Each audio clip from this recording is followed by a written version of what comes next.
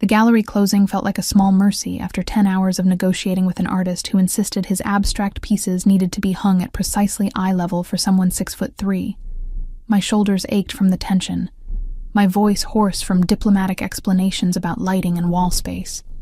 The contemporary exhibition was scheduled to open in 5 days, and nothing was where it needed to be. I pushed through the revolving door of my apartment building just after 8, the November cold biting through my wool coat. My building wasn't much, a 6-story walk-up in a neighborhood the real estate listings optimistically called up and coming. But it was mine. 4 years of saving and scraping, and I had a place with my name on the lease. The envelope caught my eye immediately. Cream-colored paper, expensive weight, lying against the scuffed threshold of apartment 4B, like it had been placed there by someone who knew exactly where I lived. My stomach tightened as I bent to retrieve it, scanning the empty hallway. The fluorescent bulb 2 doors down flickered its usual broken rhythm, casting shadows that moved when nothing else did. Inside, I locked the deadbolt and chain before examining the envelope properly. No return address.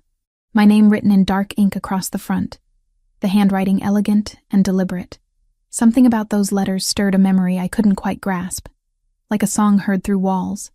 I slid my finger under the sealed flap. Inside, a single card on matching cream stock. The words were handwritten in the same careful script. Bella Notte. Thursday, 8 p.m. Come alone. I've been waiting. No signature, no explanation. Just an address in the Upper East Side and a date 3 days from now. My phone was in my hand before I consciously decided to call anyone. Brittany answered on the second ring, music pounding in the background. "Hold on, I'm at spin class," she shouted. The noise cut off abruptly as she stepped into what I assumed was a quieter hallway. "What's wrong? You never call during my workout. I need you to look at something. Can you come over?" 20 minutes later, Brittany sat cross-legged on my second-hand couch, the invitation held between 2 fingers like it might be contaminated. Her blonde hair was still damp from the gym shower, pulled into a messy knot at her neck. "This is creepy, Meg. Who sends anonymous invitations?" "I don't know." I paced the narrow space between my coffee table and the kitchen counter, but the handwriting looks familiar. I can't place it, but I know I've seen it before. Brittany's blue eyes narrowed. "You think it's from an ex? Because if Ryan found out where you live, I'm calling the police right now." "No. God, no. Ryan's handwriting looked like a doctor's prescription pad had a seizure. This is different. Careful, almost old-fashioned." She studied the card again, turning it over to examine the blank reverse.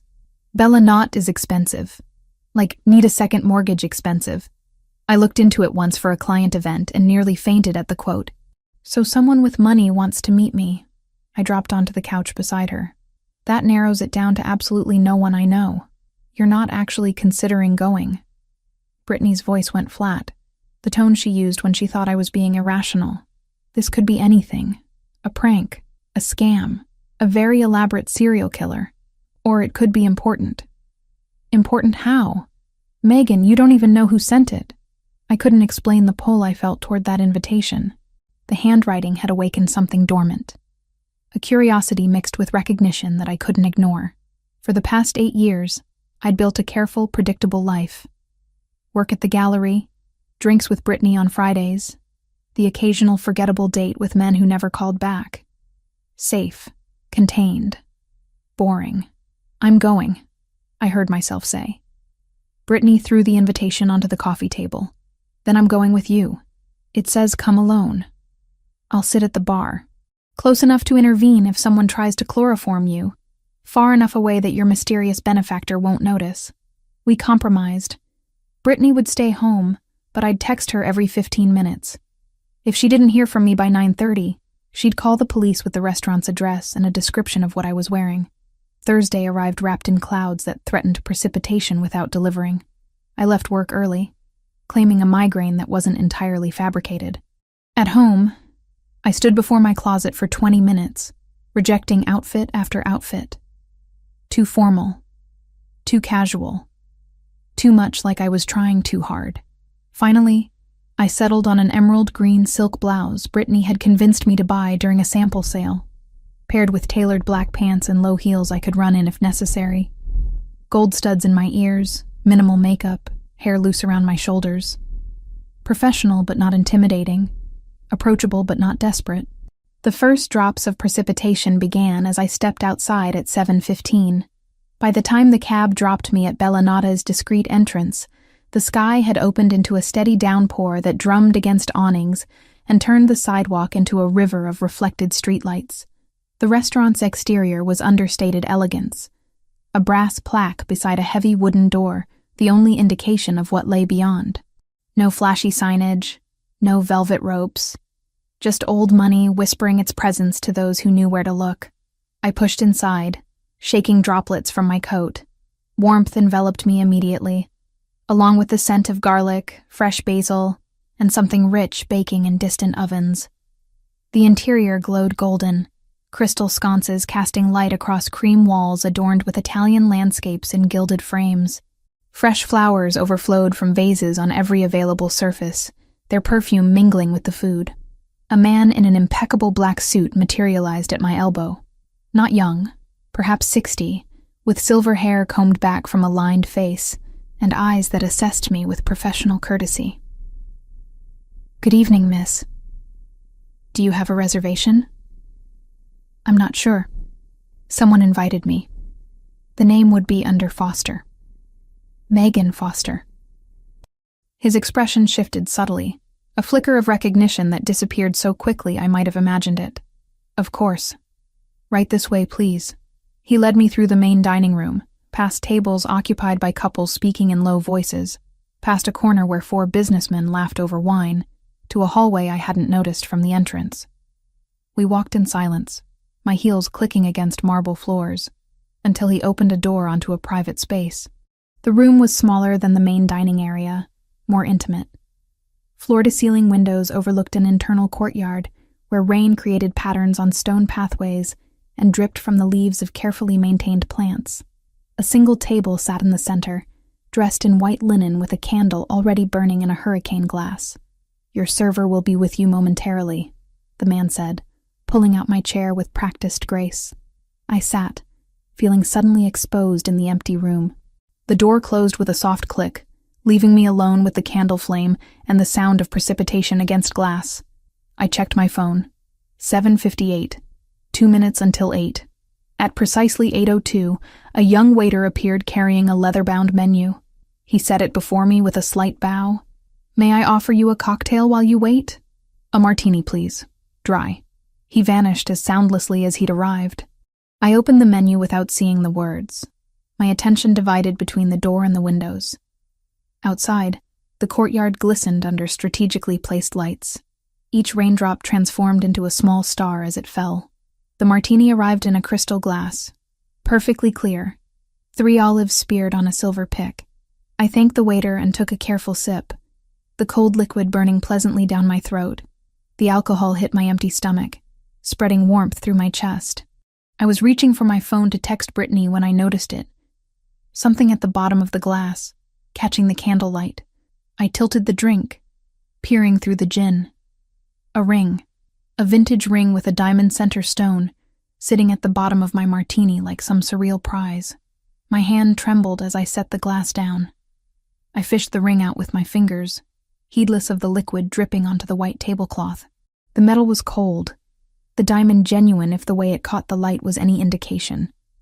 Old-fashioned setting, delicate filigree work along the band. "I was afraid you wouldn't come." The voice froze me. Deep, familiar in a way that sent my pulse into overdrive, carrying an accent I'd heard in dreams for years. I looked up slowly, afraid that turning too quickly would shatter whatever impossible moment this was. He stood in the doorway, backlit by the hallway's softer illumination. Taller than I remembered, broader through the shoulders, wearing a charcoal suit that fit him like it had been created for his body alone.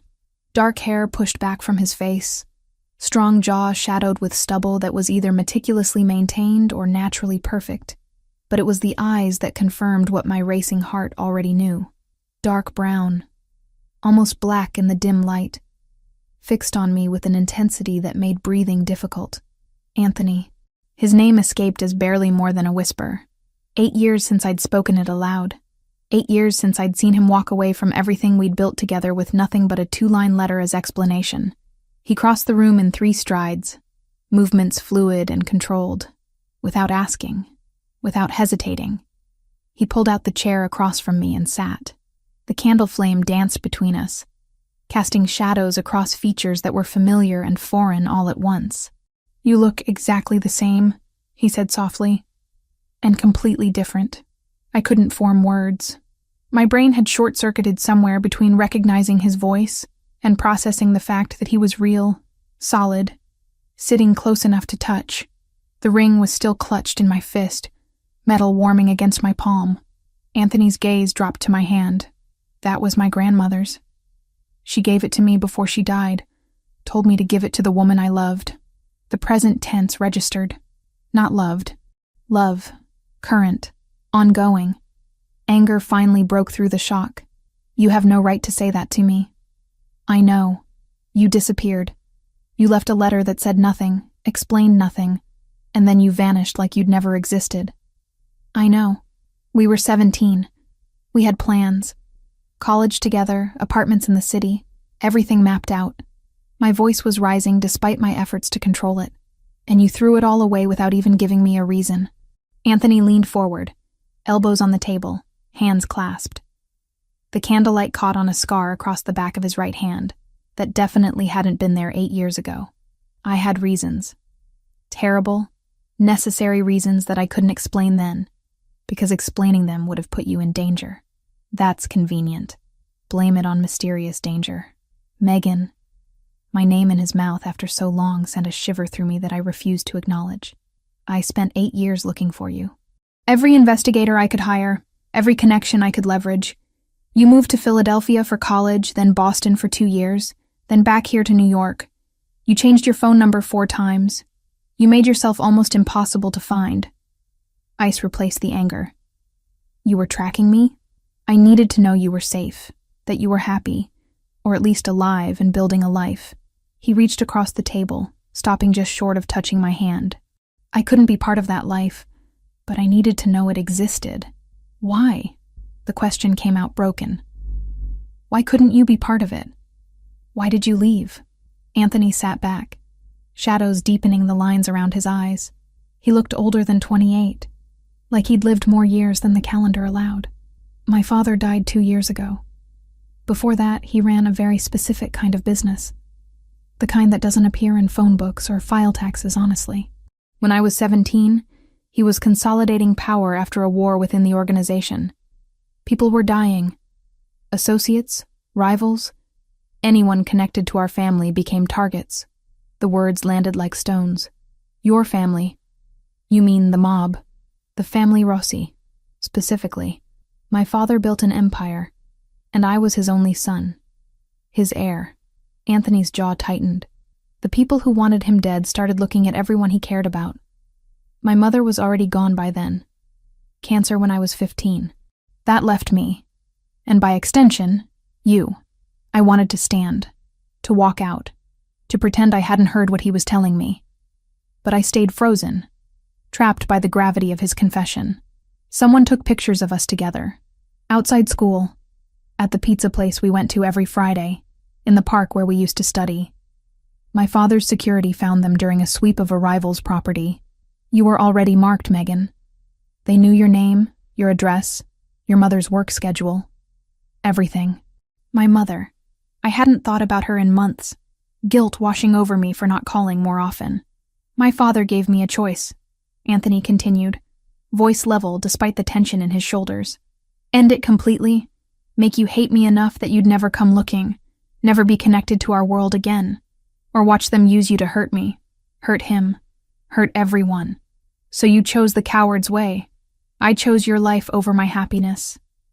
And I'd make the same choice again. His eyes met mine, unwavering, but I never stopped looking for you. Never stopped hoping that one day, when I had the power to protect you properly, I could find you again. The ring felt heavy in my palm, and now you have that power. I run everything my father built. I've spent 2 years consolidating, eliminating threats, building alliances. I'm not invincible, but I'm strong. Strong enough to keep you safe if you'll let me. Keep me safe from what? You're saying your world is still dangerous. Always. But now I control enough of it that I can create a shelter within the storm. He reached across again, and this time his fingers brushed mine where they lay on the table. The touch sent electricity up my arm. I'm not asking you to forgive me. I'm asking you to let me explain, to give me a chance to show you that what we had wasn't just teenage stupidity. I should have said no, should have stood up, walked out, blocked his number, and forgotten this surreal evening ever happened. Instead, I heard myself ask, why the ring and the drink? Why not just call? A ghost of a smile touched his lips. Because you would have hung up the moment you heard my voice, and I needed you here, in person, where you couldn't run before hearing me out. Manipulative. Necessary. Outside, the precipitation had intensified, turning the courtyard into a watercolor painting of greens and grays. Inside, the candle continued its steady burn, wax pooling at the base. I don't know what you expect from me, I finally said. You can't just reappear after 8 years and expect everything to be the same. I don't. But I expect you to feel something, even if it's just anger, because feeling nothing would mean I really did destroy what we had. Anthony's gaze held mine. Tell me you feel nothing, and I'll leave. I'll disappear again, and this time I won't come back. But I couldn't say it. Because sitting across from him, smelling the cologne that was different but somehow still distinctly his, seeing the way his hands moved when he talked, hearing that voice that had narrated my dreams for years, I felt everything. Anger and attraction and confusion, and a desperate, terrifying hope that maybe, impossibly, we could find our way back to what we'd lost. I set the ring on the table between us, pushing it toward him across the white linen. I'm not accepting this. Not yet. Maybe not ever. But I'm listening. You said you had reasons for leaving. Start from the beginning, and don't leave anything out. Anthony picked up the ring, turning it between his fingers so the diamond caught the light. Then he slipped it into his jacket pocket and began to talk, his voice low and steady, telling me about a world I'd never imagined, and the boy I'd loved who'd grown into someone I wasn't sure I recognized anymore. Anthony's explanation stretched on for what felt like hours, but was probably closer to 40 minutes. He detailed a world I'd only seen in movies, territory disputes and coded loyalty, old family bloodlines and newer organizations trying to carve out space. His father's rise, the consolidation of power, the enemies made along the way people disappeared when they crossed certain lines. I sat rigid in my chair, hands folded in my lap to hide their trembling. The martini sat forgotten. Ice melted into clear liquid that no longer resembled the drink I'd ordered. Every word he spoke built a wall between us, brick by brick, until I could barely see the boy I'd loved through the structure of who he'd become. Why now? The question interrupted him mid-sentence about territory negotiations. You said you're stable, that you have power. But why bring me back into this? Why not just let me live my safe, boring life? Anthony leaned back in his chair, candlelight catching the sharp angles of his face. Because safe and boring isn't living, and because I'm tired of existing in a world where everyone wants something from me except the one person I actually want. That's not fair. You don't get to make me responsible for your happiness after abandoning me. I'm not. I'm asking for a chance to prove that what we had was real. That it's still real, underneath 8 years of distance and damage. His voice dropped lower. Tell me you don't feel it. The pull. Tell me you walked in here tonight and felt nothing. I couldn't. Because he was right. The moment I'd seen him in the doorway, my heart had recognized him before my brain could mount a defense. Every cell in my body remembered his proximity. The way his presence altered the air around me. Feeling something doesn't mean I should act on it. I pushed back from the table, standing abruptly. My purse caught on the chair arm, nearly tumbling to the floor before I grabbed it. This was a mistake. I shouldn't have come. Megan, wait. But I was already moving toward the door, heels clicking against marble with purpose I didn't feel. My hand was on the handle when his voice stopped me. Please. Just let me take you home. It's pouring, and you'll never find a cab in this weather. Every instinct screamed at me to refuse, to walk out into the downpour and let the water wash away this entire surreal evening. But practical reality overrode emotion. He was right about the cabs, and the subway would mean walking 6 blocks in a deluge. Fine, but that's all. A ride home, and then we're done. Whatever you need. The hallway seemed longer walking out than it had coming in. Anthony stayed 2 steps behind me, close enough that I could feel his presence but far enough to avoid touching. The maitre d' appeared as we reached the main dining room, producing my coat from somewhere with the efficiency of expensive service. Anthony held it open. I slipped my arms into the sleeves, hyper-aware of his hands on my shoulders as he settled the fabric into place. His fingers lingered for half a second too long before releasing. Outside, the precipitation had evolved from steady downpour to absolute deluge. Water rushed along the curbs, carrying leaves and debris in miniature rivers. Streetlights reflected off the wet pavement in streaks of gold and white. A black car materialized at the curb, appearing so quickly I suspected it had been waiting nearby. The rear door opened, and Anthony gestured for me to enter first. I hesitated. Old warnings about getting into cars with strangers warring with the reality that this stranger was someone I'd once known better than myself. I slid across leather seats still warm from the heater. Anthony followed, settling in beside me with careful distance between our bodies. The driver was older than I'd expected, maybe mid-30s, with dark hair cut military short and eyes that assessed me in the rearview mirror with professional neutrality. "Joseph, this is Megan. She needs a ride home safely." "Of course, boss." Joseph's voice carried the trace of a Brooklyn accent, rough around the edges but not unfriendly. "Address, miss?" I recited my street and building number, watching the city slide past the tinted windows as Joseph pulled into traffic. The interior smelled of leather and something else, cedar maybe or sandalwood. Definitely expensive. Silence stretched between us, broken only by the rhythm of windshield wipers and the occasional hiss of tires through water. I kept my gaze fixed on the passing buildings, counting blocks to avoid looking at Anthony's reflection in the glass. "My father built everything on codes," he said finally, voice cutting through the quiet. "Honor among thieves," he used to say, which sounds ridiculous but meant something concrete in his world. You don't harm innocents. You don't involve families unless they're already in the business. You keep your word, even when it costs you. And everyone just follows these codes? I couldn't keep the skepticism from my tone. The smart ones do. The ones who want to survive. He shifted, and I felt rather than saw him turn toward me. I won't lie and say we're good people. We're not. But we're not monsters either. There are rules, structures, ways things are done. That's supposed to make me feel better. That organized crime is organized. It's supposed to help you understand that I can keep you safe within this world. That protection means something real, not just words.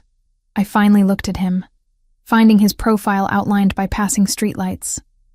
"I don't need protection. I've been fine for 8 years without you." "Have you?"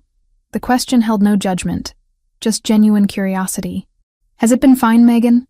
Working yourself to exhaustion at a job that underpays you, living in a building with broken locks, dating men who don't see you the way I do?" Heat flooded my face. "You had me investigated. I told you, I kept track. I needed to know you were safe.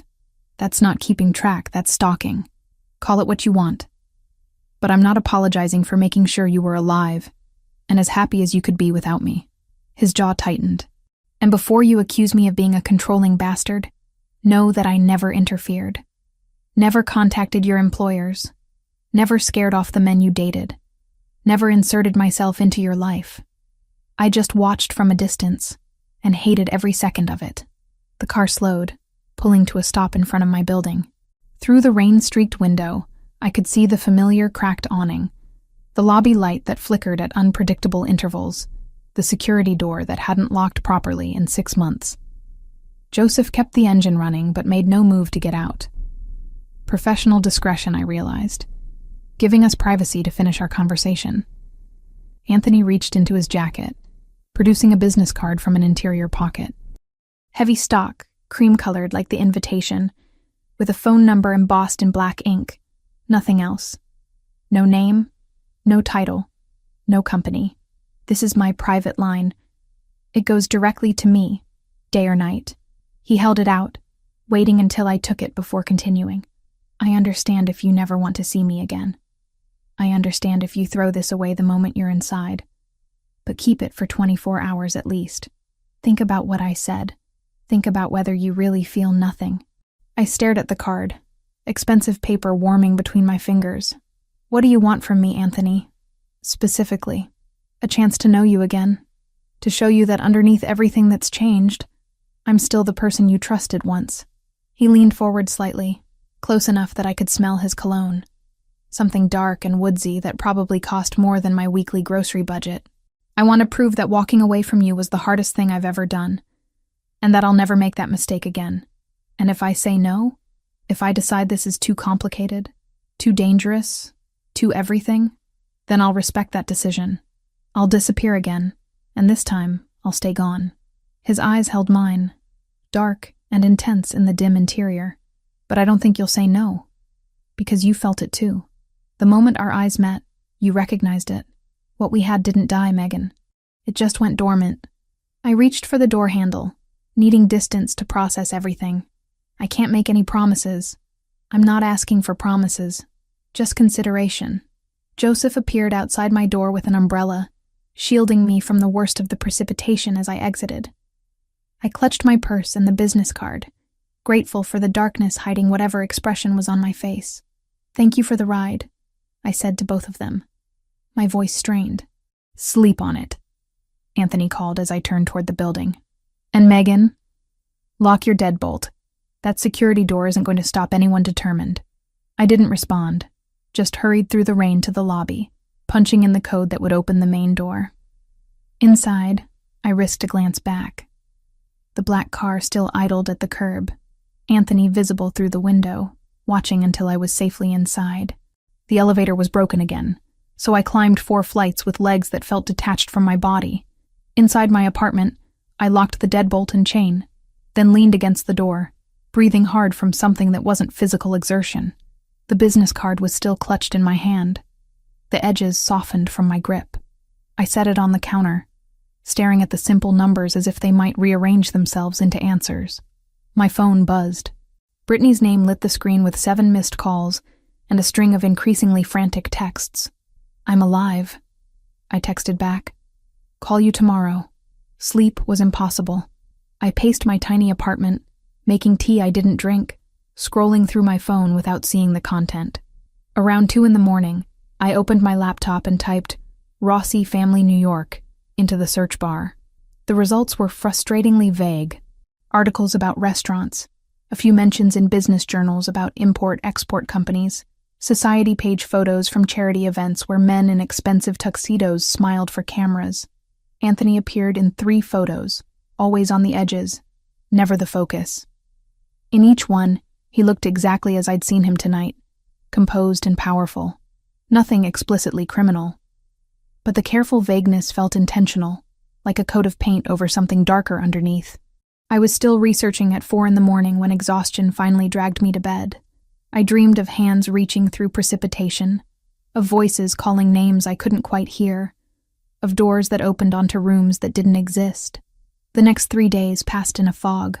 I went through the motions at the gallery, smiling at collectors, arranging pieces for the exhibition, taking calls from artists demanding last-minute changes. But my mind was elsewhere, replaying conversations, analyzing words, trying to separate what I felt from what I should feel. Brittany cornered me Friday evening at our usual bar, sliding into the booth across from me with determination in her eyes. All right, enough silence. What happened Thursday night? I took a long drink of wine, buying time. I saw Anthony. Anthony who? Then her eyes went wide. Anthony Rossi. Your high school Anthony? He sent the invitation. Set up the whole thing. Wanted to explain why he left. And? What was the explanation? I gave her the abbreviated version, leaving out the details about organized crime and focusing on the protection angle. Brittany listened without interrupting, her expression shifting from curiosity to concern to something close to alarm. Megan, that's insane. He admits he's been tracking you for 8 years and you don't see that as a massive red flag. I know how it sounds. Do you? Because from here, it sounds like you're considering giving a stalker a second chance. He's not a stalker. He's complicated. Complicated is one word for it. She reached across the table, grabbing my hand. Promise me you'll be careful. Whatever you decide, just be smart about it. That night, alone again in my apartment, I picked up Anthony's card for the 100th time. The numbers seemed to pulse in the lamplight, daring me to dial. I set it down, picked it up, set it down again. I was about to force myself to bed when my phone rang. Unknown number. My thumb hovered over decline for 3 seconds before curiosity won. Hello? Static crackled. Then a voice. Male, with an accent I couldn't place. Vaguely Asian, maybe Japanese. Miss Foster. We should talk about your dinner date. Ice shot through my veins. Who is this? Someone interested in your association with Anthony Rossi. You've become a person of interest, Miss Foster. Congratulations on that dangerous distinction.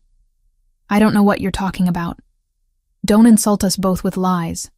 You were seen entering Bellinotte Thursday evening. You sat with Rossi for over an hour. You left in his car. The voice remained pleasant, almost friendly, which somehow made it more terrifying. These are simple facts. What's less simple is deciding what to do about them. My hand shook so violently I nearly dropped the phone. I want nothing to do with any of this. Unfortunately, wanting has little to do with reality. You're connected now, Miss Foster, and connections have consequences. The line went dead. I stared at the blank screen, heart hammering against my ribs. Every shadow in my apartment suddenly seemed darker, more threatening. The window I always left cracked for air circulation now felt like an invitation for intrusion. Calling the police flickered across my mind, but this wasn't a problem for people who lived strictly inside the law. Whatever world had just brushed against mine, Anthony understood it in a way no detective ever could. Anthony's card was in my hand before I made a conscious decision to pick it up. My fingers trembled so badly I had to dial twice before getting the numbers right. He answered on the first ring. Megan. Someone just called me. A man. He knew about Thursday. He said, I'm connected now, that there are consequences. The words tumbled out in a rush. Anthony, I'm scared. Lock your door. Don't open it for anyone. I'm 15 minutes away. How do you know where I am? Because I never stopped watching after I dropped you off. Joseph's been on your building since Thursday night. I'm coming now. Stay on the line with me. You've had someone watching me for 3 days? Protecting you. There's a difference. I heard car doors slamming, an engine starting.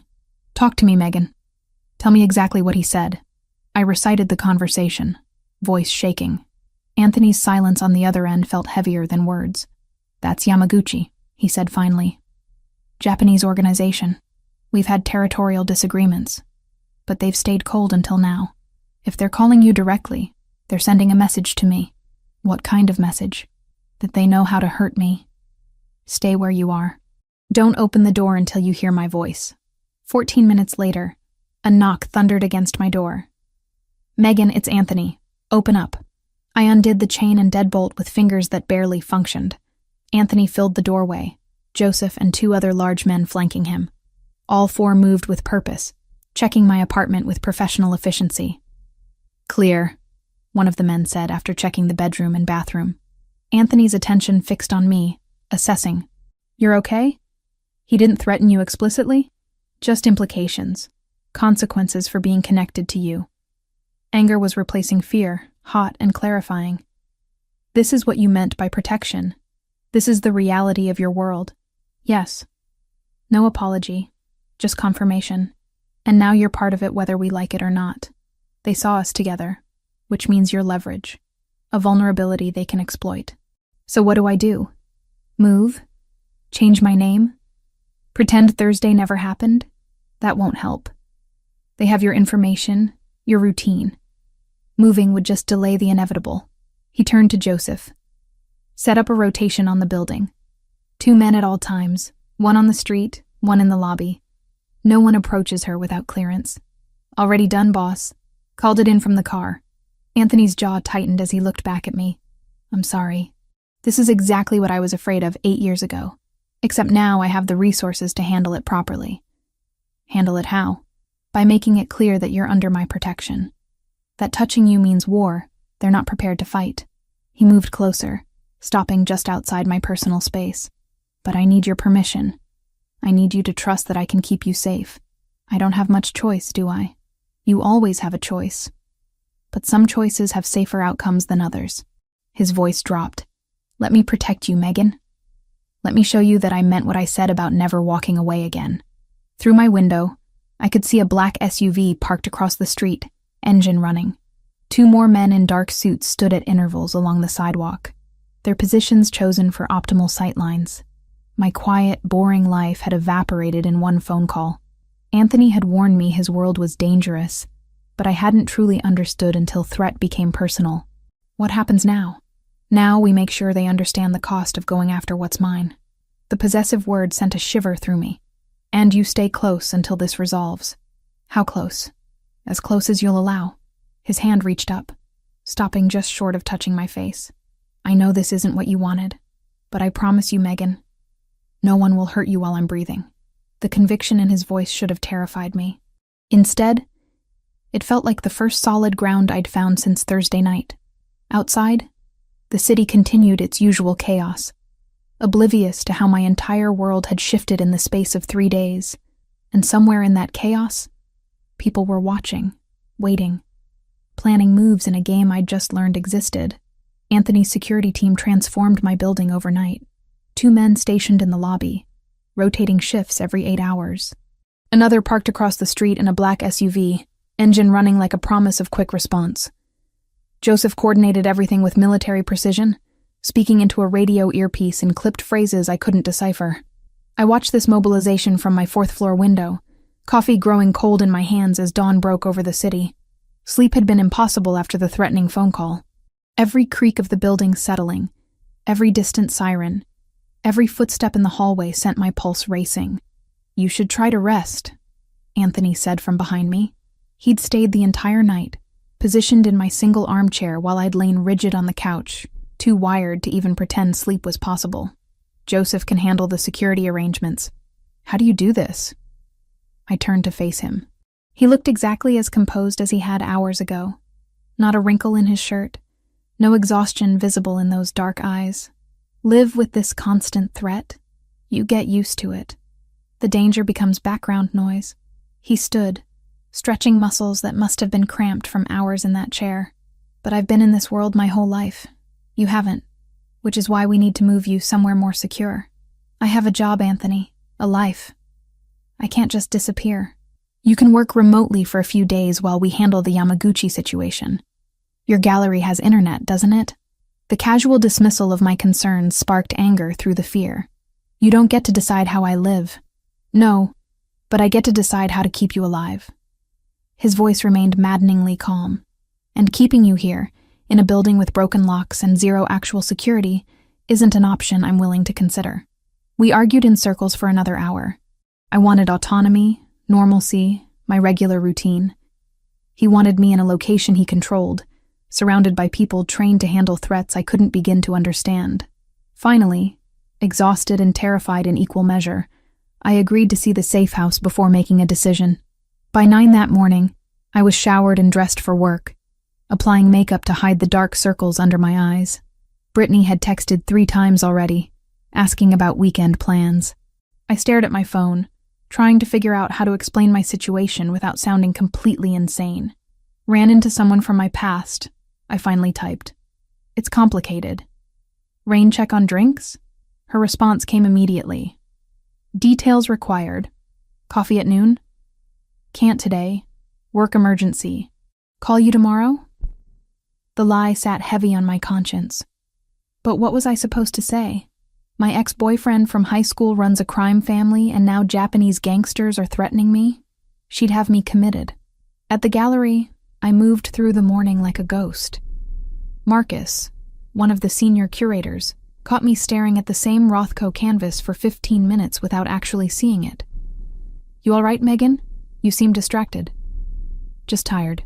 Didn't sleep well. Well, wake up. Mrs. Ling is coming in at 2 to discuss her donation, and she'll notice if you're not fully present. Mrs. Liang. A major collector who'd been considering donating 3 pieces worth a combined $500,000 to our permanent collection. a meeting I'd been preparing for all month. The thought of sitting through negotiations while wondering if someone was watching through the gallery windows made my stomach clench. I lasted until 1:30 before calling in sick. My supervisor wasn't happy, but agreed to reschedule Mrs. Liang after I claimed food poisoning. Another lie. They were accumulating like interest on unpaid debt. Anthony picked me up 3 blocks from the gallery, paranoia making me walk the extra distance to avoid being seen leaving with him directly. Joseph drove while Anthony sat in back beside me, studying my face with concern I didn't want to acknowledge. You didn't have to leave work for this. Yes, I did. I couldn't concentrate knowing someone might be watching. I stared out the window at passing pedestrians, wondering if any of them were Yamaguchi's people. Show me this safe house. If it's as secure as you claim, maybe I can work remotely for a few days. The penthouse occupied the top floor of a converted warehouse in a part of Brooklyn I'd only driven through. From the outside, the building looked industrial and unremarkable. Inside was a different story entirely. Floor-to-ceiling windows overlooked the East River, light flooding the open concept space with warmth despite the November chill outside. Modern furniture in neutral tones, a kitchen with appliances I'd only seen in magazine spreads, 2 bedrooms separated from the main area by frosted glass partitions. Art on the walls, actual pieces I recognized from contemporary artists whose work sold for 6 figures at auction. This is your idea of a safe house? I walked to the windows, taking in the view of Manhattan's skyline across the water. It's beautiful. It's secure, bulletproof glass, reinforced door with biometric locks, security cameras covering every approach. The building has 1 entrance and Joseph's team controls it. Anthony moved to stand beside me. Both of us reflected in the glass. You'll be comfortable here while we handle the situation. Handle it how? By making it clear that threats against you won't be tolerated. By reminding Yamaguchi that they have more to lose than gain by pushing this conflict. His reflection's jaw tightened. By doing what I should have done 8 years ago and protecting what matters. What matters? The phrase echoed in my head as I explored the space. A laptop sat on the dining table, already set up and connected to secure internet. The refrigerator was stocked with food I actually liked, which meant someone had researched my preferences. The bathroom contained toiletries in my preferred brands, down to the specific moisturizer I bought from a boutique in Manhattan. How long have you been planning this? Since Thursday night. I hoped we wouldn't need it, but I planned for contingencies. Anthony leaned against the kitchen counter, watching me take inventory. Joseph can bring clothes from your apartment. Make a list of what you need, and it'll be here within 2 hours. The reality settled over me like a heavy coat. This was happening. I was moving into a safe house owned by a man who ran a criminal organization, hiding from threats I barely understood, lying to everyone I knew about where I'd be. An irrational corner of my brain clung to the gallery like a lifeline. Disappearing without explanation would mean handing over years of work and letting someone else occupy the space I'd carved out for myself. I need to call my boss. Tell him I'll be working remotely for the rest of the week. Use your regular phone. We don't want to alert anyone that you've changed locations. Anthony pulled out his own device, typing something quickly. But be vague about the reason. Family emergency, personal issue, whatever sounds natural. The call took 5 minutes. My supervisor was annoyed but agreed, probably because I rarely took time off and had a good track record. When I hung up, the finality of my decision hit me like physical force. I'll need my laptop, work files, and enough clothes for at least a week. I started making a list, focusing on practical details to avoid thinking about larger implications. And I should tell Brittany something. She'll worry if I go silent. Tell her you're dealing with a family situation out of state. That you'll be in touch when you can. Anthony's voice softened. I know lying to your friends is difficult, but the less they know, the safer they are. By that evening, I was settled into the penthouse with everything I needed for an extended stay. My suitcase sat in the larger bedroom. Clothes hung in a closet that smelled of cedar. My laptop occupied the dining table. Gallery files downloaded and ready for remote work. Joseph had posted 2 guards in the building's lobby and another watching from across the street. Anthony had left an hour ago for what he called a business meeting. I tried not to think about what that meant in his world. Alone, I opened my laptop and typed Rossi Family New York into the search bar. Once again, The search results offered me almost nothing concrete to hold on to. Articles about Italian restaurants in the Bronx, a construction company specializing in commercial properties, import-export businesses with offices near the docks, society page photos from charity galas showing well-dressed people smiling for cameras. I clicked through image results until I found him. Anthony, maybe 2 years younger, standing at the edge of a group photo from some hospital fundraiser. He wore a tuxedo, holding a champagne flute, positioned as if he'd been about to leave when the photographer caught him. His expression was neutral, pleasant, but unrevealing.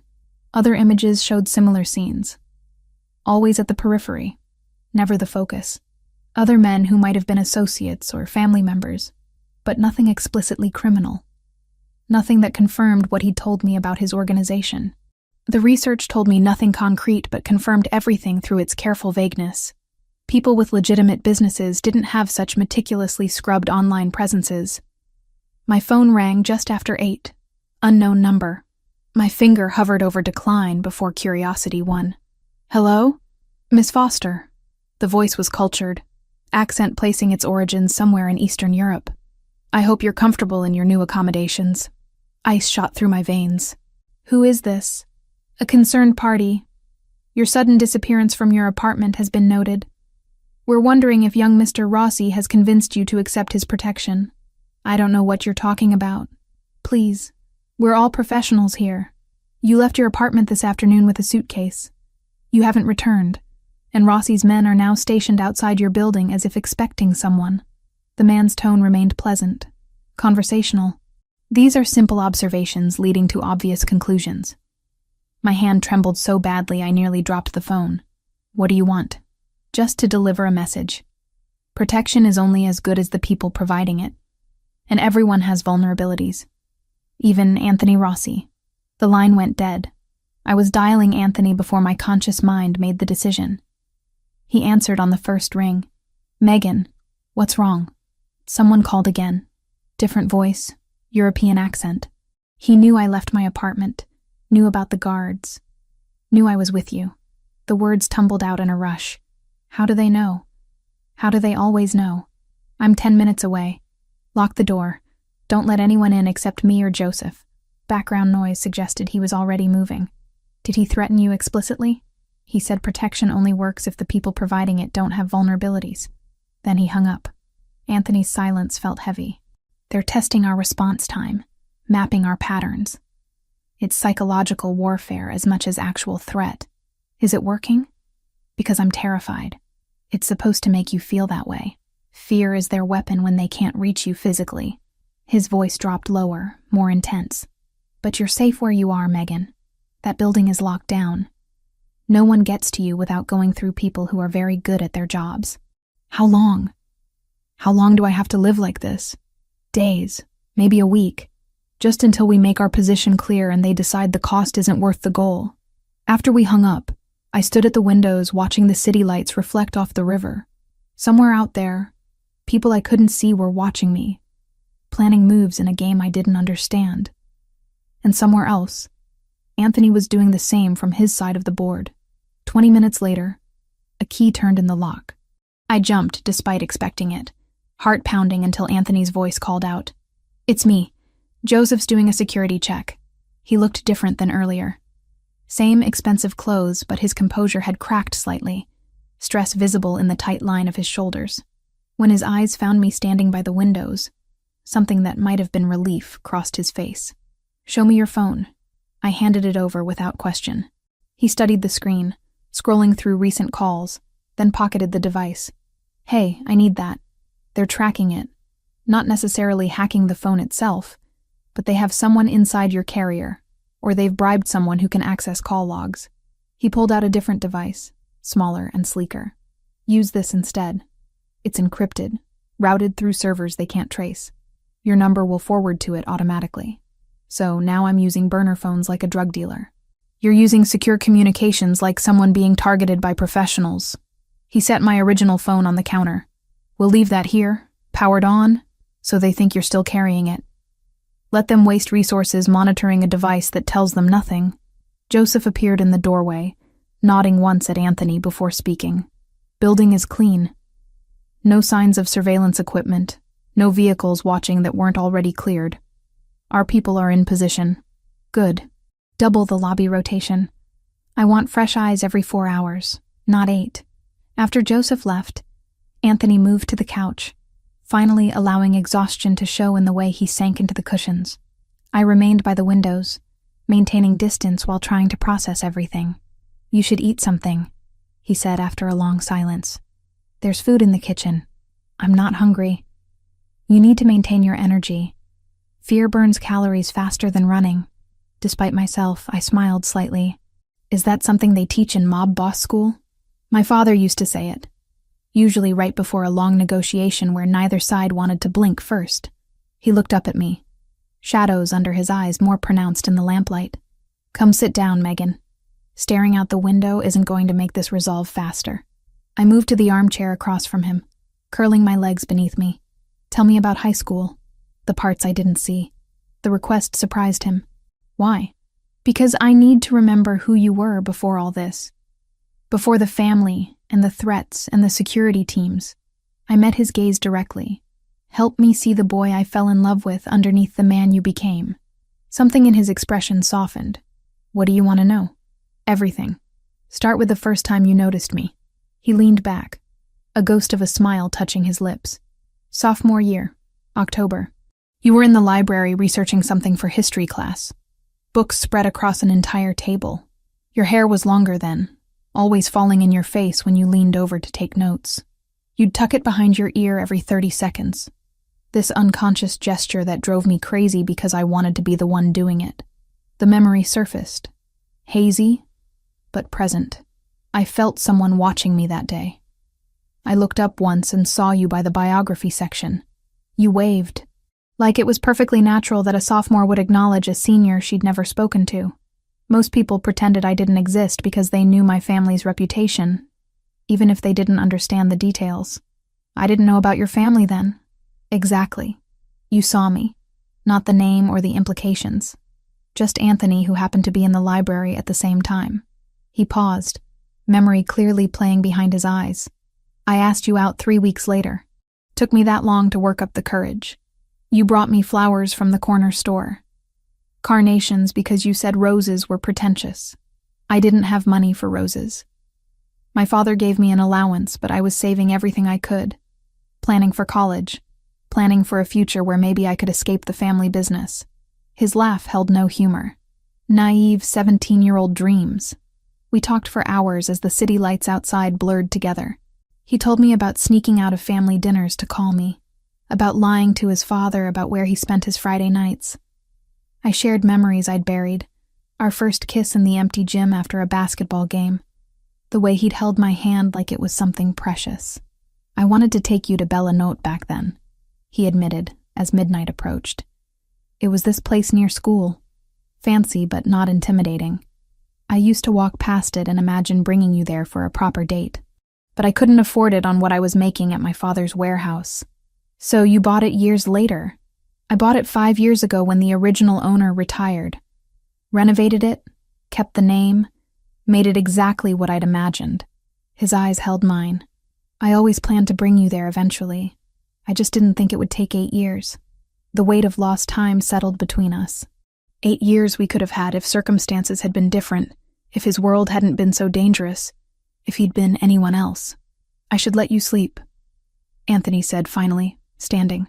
Tomorrow we'll figure out the work situation. Make sure you can access everything you need from the gallery remotely. You're leaving? Joseph's team is here. You're safe. I know. But I hesitated, unsure how to articulate what I wanted. Could you stay? Just for tonight. I don't want to be alone with my thoughts. He studied my face for a long moment, then nodded slowly. I'll take the other bedroom. Thank you. Later. Lying in the unfamiliar bed with sounds of the city muted by bulletproof glass, I heard him moving in the adjacent room. The knowledge of his presence, solid and protective just beyond the wall, eased something in my chest that had been tight since the first threatening call. This wasn't how I'd imagined reconnecting with my first love. But then again, nothing about Anthony Rossi had ever been what I expected. And somehow, despite the danger and the fear and the complete upheaval of my careful life, I was beginning to remember why I'd loved him in the first place. Days blurred together in the penthouse, each one bleeding into the next, until I lost track of whether it was Tuesday or Friday. The security routine became familiar background noise.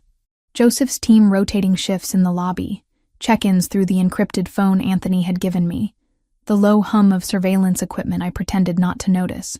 I established a workspace at the dining table, laptop surrounded by files downloaded from the gallery's server. Video calls with my team became the new normal, my supervisor thankfully accepting my vague explanations about a family situation requiring extended time away. The contemporary exhibition opened without me physically present for the first time in my career. Marcus sent photos of the installation, collectors mingling among pieces I'd curated from hundreds of miles away, emotionally, if not geographically. "You're frowning at that screen like it personally offended you," Anthony said from the kitchen, where he was unpacking containers from some restaurant whose name I couldn't pronounce. I closed the laptop with more force than necessary. Mrs. Liang withdrew her donation offer. 3 pieces worth $500,000. Gone because I wasn't there to close the deal personally. That's a significant loss for the gallery. It's my job falling apart while I hide from threats I still barely understand. I rubbed my temples where a headache had been building since my supervisor's disappointed email an hour ago. How long am I supposed to live like this? Anthony set plates on the counter, dividing food between them with careful precision. Joseph met with Yamaguchi representatives yesterday. They're considering our terms for backing off. Considering isn't the same as agreeing. No, but it's progress. He carried both plates to the table, setting one in front of me. The aroma of garlic and herbs cut through my frustration despite my determination to stay angry. "You need to eat. Skipping meals won't speed up negotiations." I had coffee this morning. Coffee isn't food. He sat across from me, the same position he'd taken every evening for the past week. Dinner had become our routine, the 1 hour where we pretended this was a normal life, instead of protective custody with expensive furniture. I picked at the pasta, twirling noodles around my fork without bringing them to my mouth. "Tell me something real. Something about your life that isn't business or threats or family politics. What do you want to know? What it's like being you. Running an empire at 28. Having that much power, that much responsibility." I finally took a bite, the flavors exploding across my tongue in ways that made my frustration seem petty. "Does it ever feel like too much?" His expression shifted, walls lowering just enough for me to glimpse what lay beneath the control. "Every single day. My father groomed me for this from the time I could walk, but nothing prepares you for the weight of it. Every decision affects hundreds of people, their families, their futures. One mistake, and people die or go to prison or lose everything. That sounds exhausting. It's suffocating." He set his fork down. Attention fully on me instead of the food. There's no one I can talk to, honestly, except Joseph. And even with him, there are limits. Everyone wants something, needs something, expects something. The loneliness of power is real, Megan. You're surrounded by people every second, but completely alone in ways that matter. The vulnerability in his admission made my chest tighten. This was the Anthony I remembered. The one who'd told me his fears during late-night phone calls when we were 17, before his world demanded he become someone harder. What about friends? People you trust outside the organization? There's no outside for people like me. Everyone in my life is connected to the family in some way. Friendships are strategic alliances. Relationships are political calculations. Until you walked back into my world, I hadn't had a genuine conversation with someone in years. I'm part of your world now, too, whether I chose it or not. But you see me as I was, not just as I am. You remember when I was just Anthony, not the boss or the heir or the name that makes people nervous. His hand moved across the table, stopping just short of touching mine. That's worth more than you know. We finished dinner in comfortable silence, the kind that only exists between people who've known each other long enough that words become optional. Anthony cleared the plates while I returned to my laptop, reviewing proposals for the spring exhibition, even though my concentration was fractured. "Do you ever regret it?" I asked suddenly. "Taking over the family, choosing this life." He paused at the sink, back to me, shoulders tense. "I didn't choose it. The life chose me the moment I was born into my father's world. But regret implies wishing for an alternative, And every path I didn't take would have meant losing you in some other way.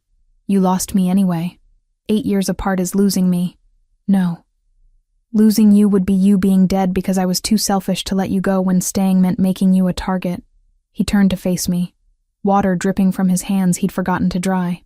What I did was set you free at the cost of my own happiness. That's not loss, Megan. That's sacrifice. The distinction landed heavy. I'd spent years hating him for abandoning me, but he'd spent those same years watching from a distance, ensuring I was safe while denying himself any possibility of his own contentment. Tomorrow night, I want to try something, he said, changing the subject with deliberate intent. My grandmother's recipe for homemade pasta. She taught me before she died, and I haven't made it in years. You cook? When I have time and the right company. Which I haven't had much of either lately. A ghost of a smile touched his lips. Say yes. Let me do something normal that isn't about protection or threats or the world outside these windows. How could I refuse when he asked like that? Like my agreement mattered more than strategic decisions worth millions. Yes, I'd like that. The next evening, Anthony appeared with bags of ingredients and a determination that would have been amusing if it wasn't so endearing. He'd rolled his sleeves to his elbows, revealing forearms I tried very hard not to stare at, while he set out flour, eggs, olive oil, and salt on the pristine marble counter.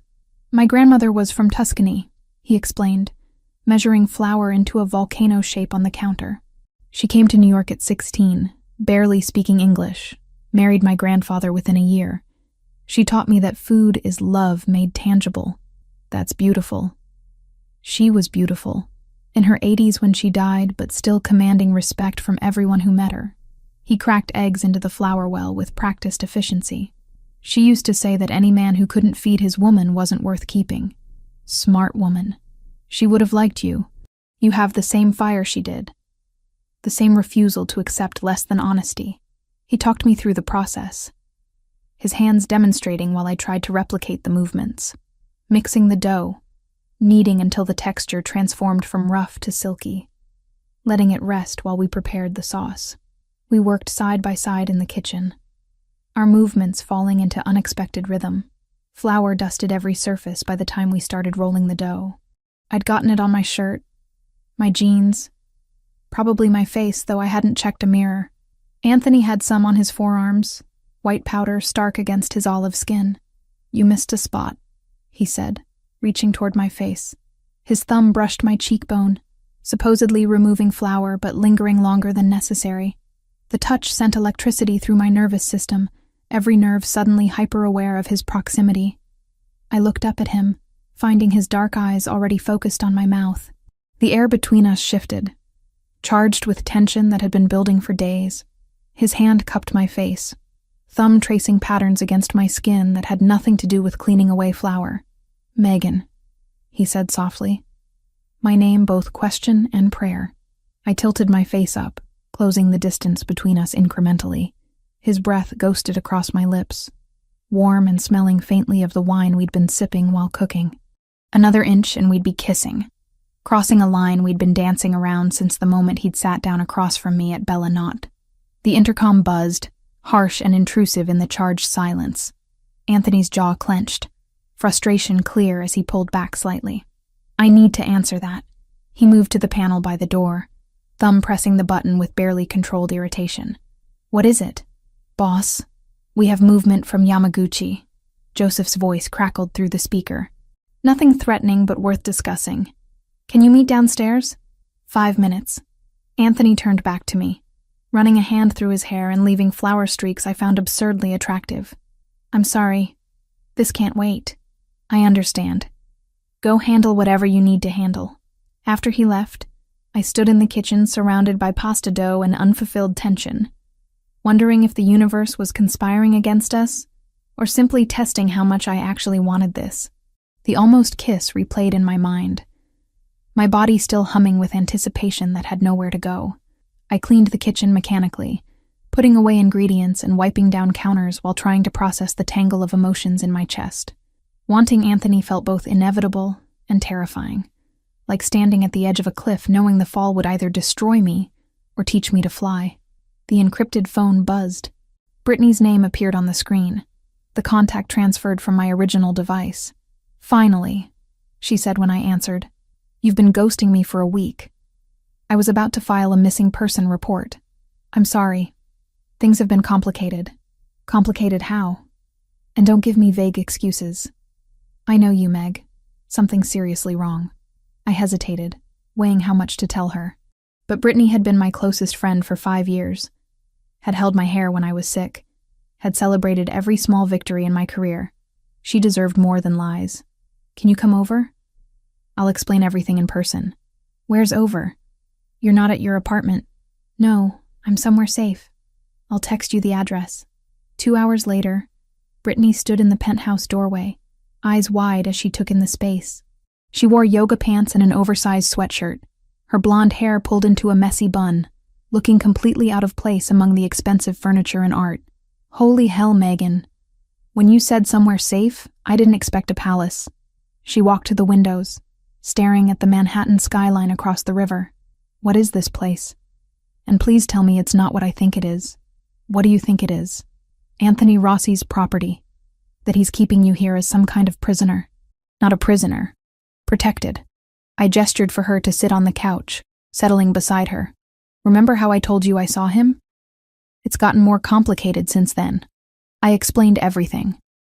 The threatening calls, the Yamaguchi organization, the security team, the reality of Anthony's world.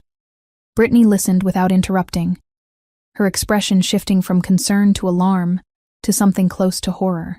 "You're in protective custody from the Japanese Mafia because you had dinner with your high school boyfriend who turns out to run a crime family." She said it flatly, like stating facts might make them less insane. "Megan, do you hear how crazy that sounds? I'm living it. Believe me, I know how it sounds. And you're just okay with this. Hiding here, letting him control your life, playing house with someone who's admitted to tracking you for 8 years. It's not like that. He's not controlling me.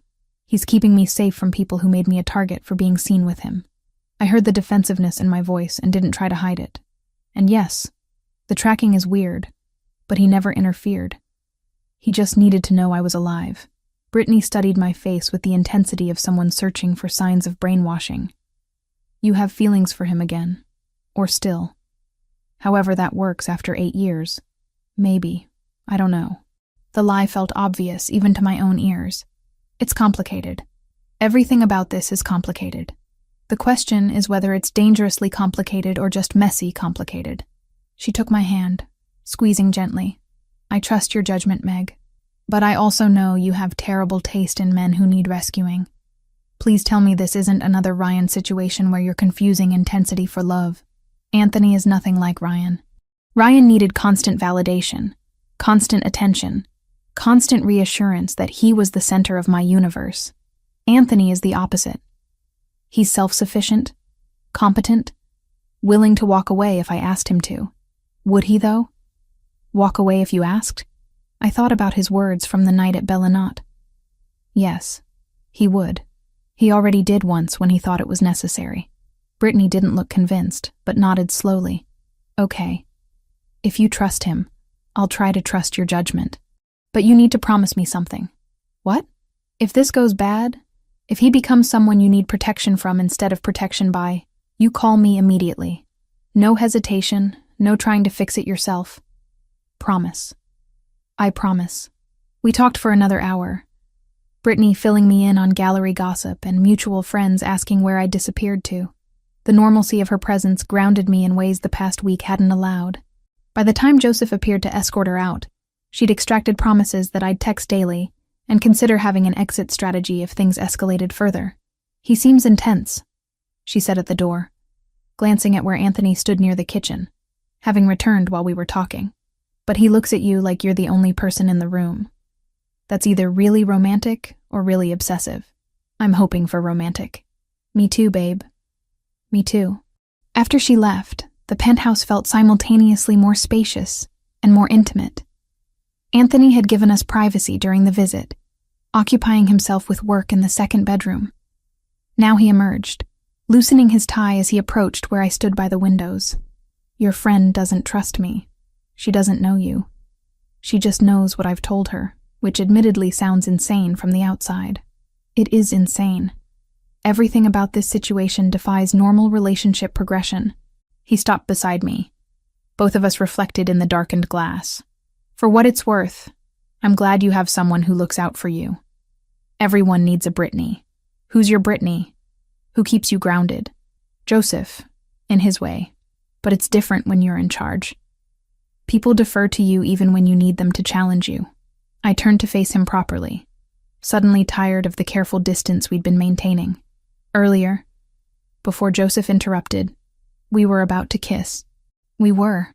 Why didn't you come back to finish what we started? His expression shifted, vulnerability showing through the cracks in his composure. Because I'm terrified of rushing this and destroying whatever chance we have. I walked away from you once, Megan. I'm not arrogant enough to think I'd survive doing it again, even if circumstances forced it. What if I don't want to wait? What if 8 years apart was enough waiting for both of us? Before he could respond, before I could second-guess the impulse, I closed the distance between us and kissed him. My hands fisted in his shirt, pulling him closer while his surprise held him frozen for half a second before he responded. His arms came around me, one hand splaying across my lower back while the other cupped the base of my skull. The kiss was everything I'd remembered, and nothing like it at the same time. Familiar and foreign, gentle and desperate, years of longing compressed into a single moment of connection. When we finally broke apart, both breathing hard, his forehead rested against mine. We should slow down, he said, even as his hands remained firm on my waist. Do this right. Take our time. We've had 8 years of taking our time, and I want more than 8 days with you, which means not rushing something that deserves patience. He pulled back slightly, enough to meet my eyes. I want to court you properly, Megan. Dinners and conversations and building something that lasts beyond the immediate crisis. Can you give me that? The request was so unexpected, so old-fashioned and genuine, that I felt my resistance crumbling. This wasn't rejection. This was him valuing what we were building over immediate gratification. Okay, we'll do this right. Whatever that means. His smile transformed his face, making him look younger, more like the boy I'd loved at 17. Thank you.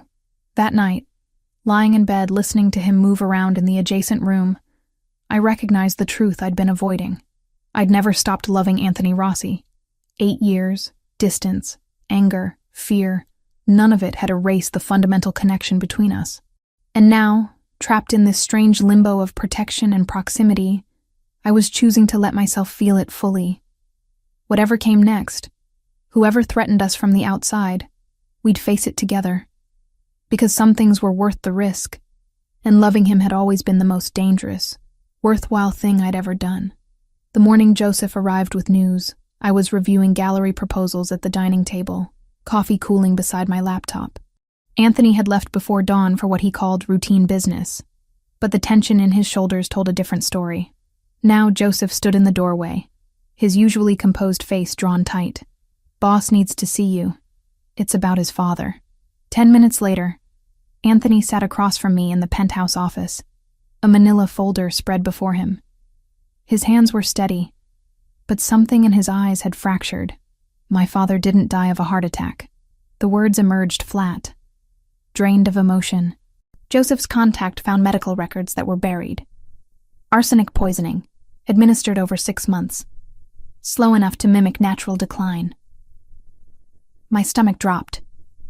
Who would do that? Someone close. Someone trusted. He pushed a photograph across the desk. An older man, maybe 60, with silver hair and a face that belonged in family portraits. Silvio Fioraldi. He's been with the family for 30 years. My father's consigliere, his most trusted advisor. The betrayal in his voice cut deeper than any physical wound. How do you know it was him? Bank records showing payments from Yamaguchi. Phone logs placing him at my father's home on days the medication was administered. And now there's an informant willing to testify to what he saw. Anthony's jaw clenched. I need to go to Newark today. Meet with this person. Get physical evidence before Silvio realizes we know. When do we leave? His eyes snapped to mine. You're not coming. It's too dangerous. More dangerous than sitting here alone while someone who poisoned your father is still walking free? I leaned forward. I'm not fragile, Anthony. And I'm not staying behind wondering if you're coming back. The argument lasted 20 minutes. He wanted me safe, protected, insulated from the ugliness of his world. I refused to be hidden away like some possession that might break. Finally, exhaustion and grudging respect won. You stay with Joseph every second. If I say move, you move. No questions, no delays. Agreed.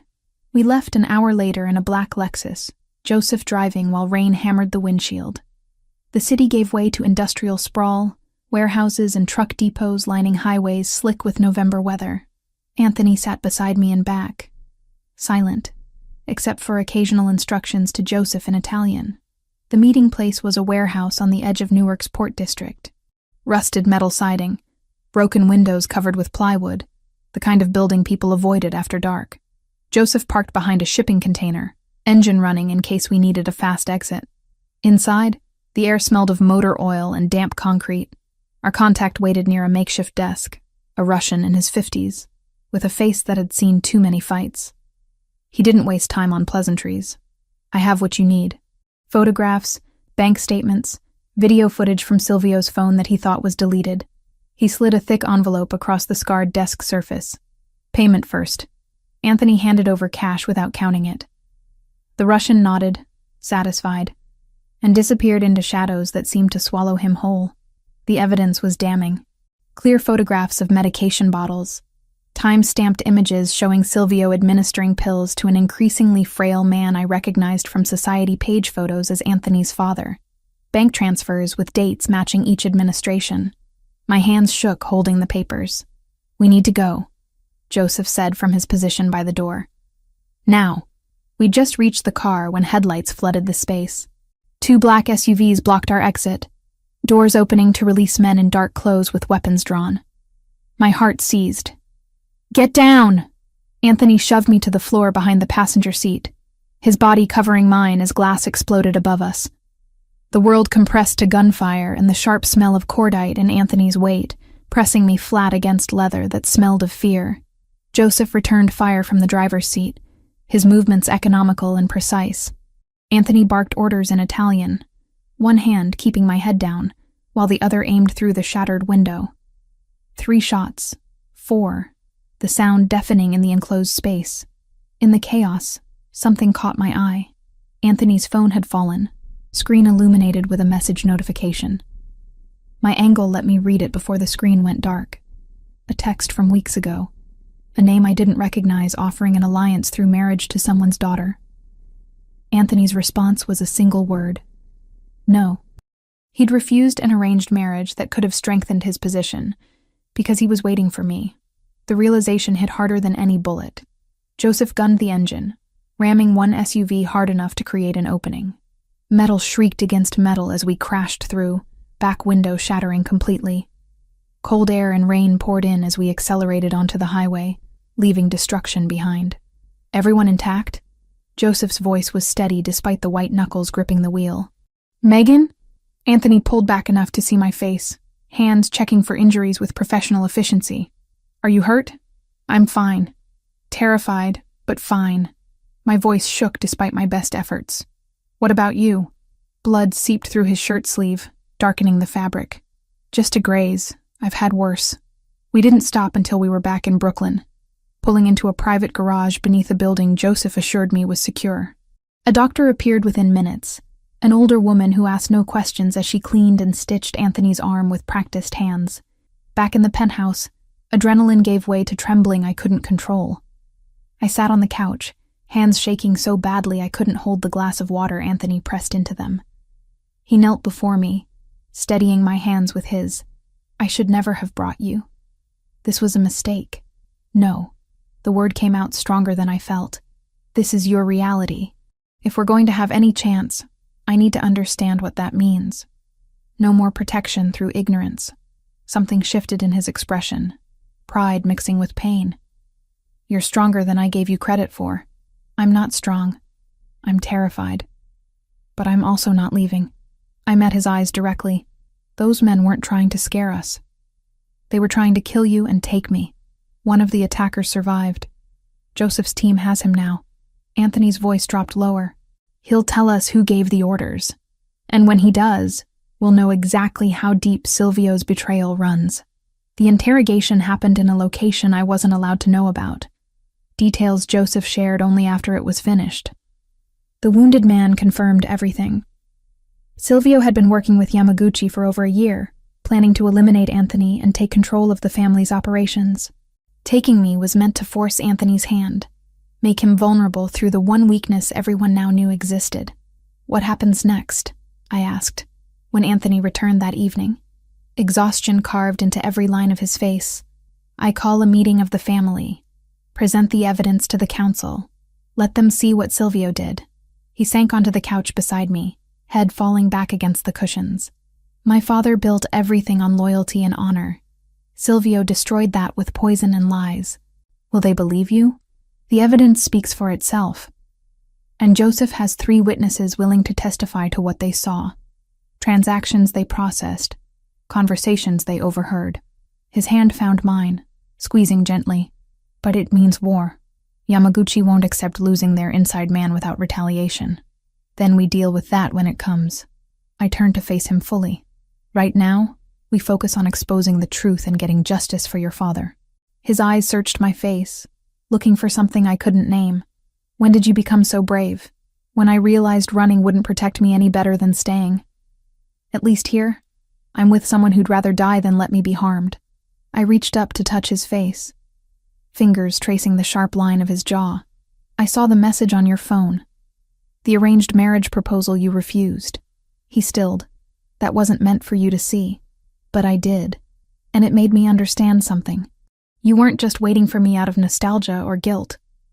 You actually believed we could find our way back to each other." "I did. I do." His hand covered mine where it rested against his face. "Every decision I've made for the past 2 years has been about building something strong enough to protect you when I finally found you again. The alliances I formed, the territory I secured, the power I consolidated, all of it was preparation for this." "For what?" "For keeping you safe in a world that will always be dangerous.